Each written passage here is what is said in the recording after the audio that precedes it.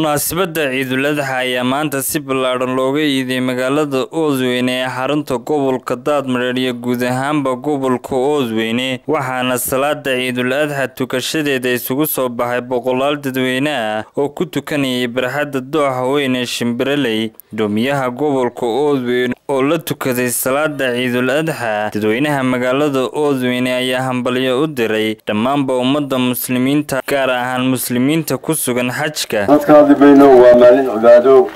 ومالين كرامله وعن دولية إن الهمبريو درو لما المسلمين تا أدوك وردن هو حال مسلمين تا حج كمرأة يقولنا هي واجبات كي إلهي فري إلهي لونه تقريو قريو ذكر عليو أيضا طالب دريا وعن همبريو دريا مدحونا جمهورية سوماليلاند يو مدحونا كفجينكيسا وعن كمان همبريو دريا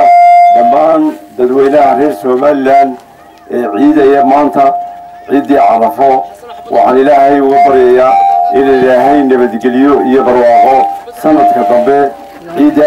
ذا إنه سكنتسو وإنه كوها ضرب الواقعية نبتقليو dadweynaha magaalada Oodweyne ayaa saaka si weyn uga qayb galay dabaaldega munaasabadda Ciidul Adha waa kuwan qaar ka mid ah dadweynaha magaalada Oodweyne oo la hadlay telefishinka caalamiga Universal waxaan salaamayaa Soomaalida iyo Islaamka oo dhan baan salaamayaa Ciid Mubaarak waan leeyahay Ciid Mubaarak markaa waxaan leeyahay Soomaalida kan nala jooga iyo kan naga maqanba waa salaamayeen مناسبة عيد بركيسان عيد الأضحى درتد وحنا كان كسلام يا دمان شعب كجمهورية الصوماليلاند مدح يا شعب وحنا قالوا لنا كسلام يا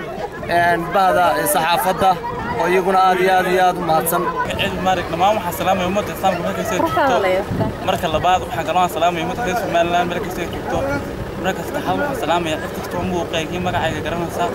وحنا سلام يا صحافته ودن صحافة الصوماليلاند ودن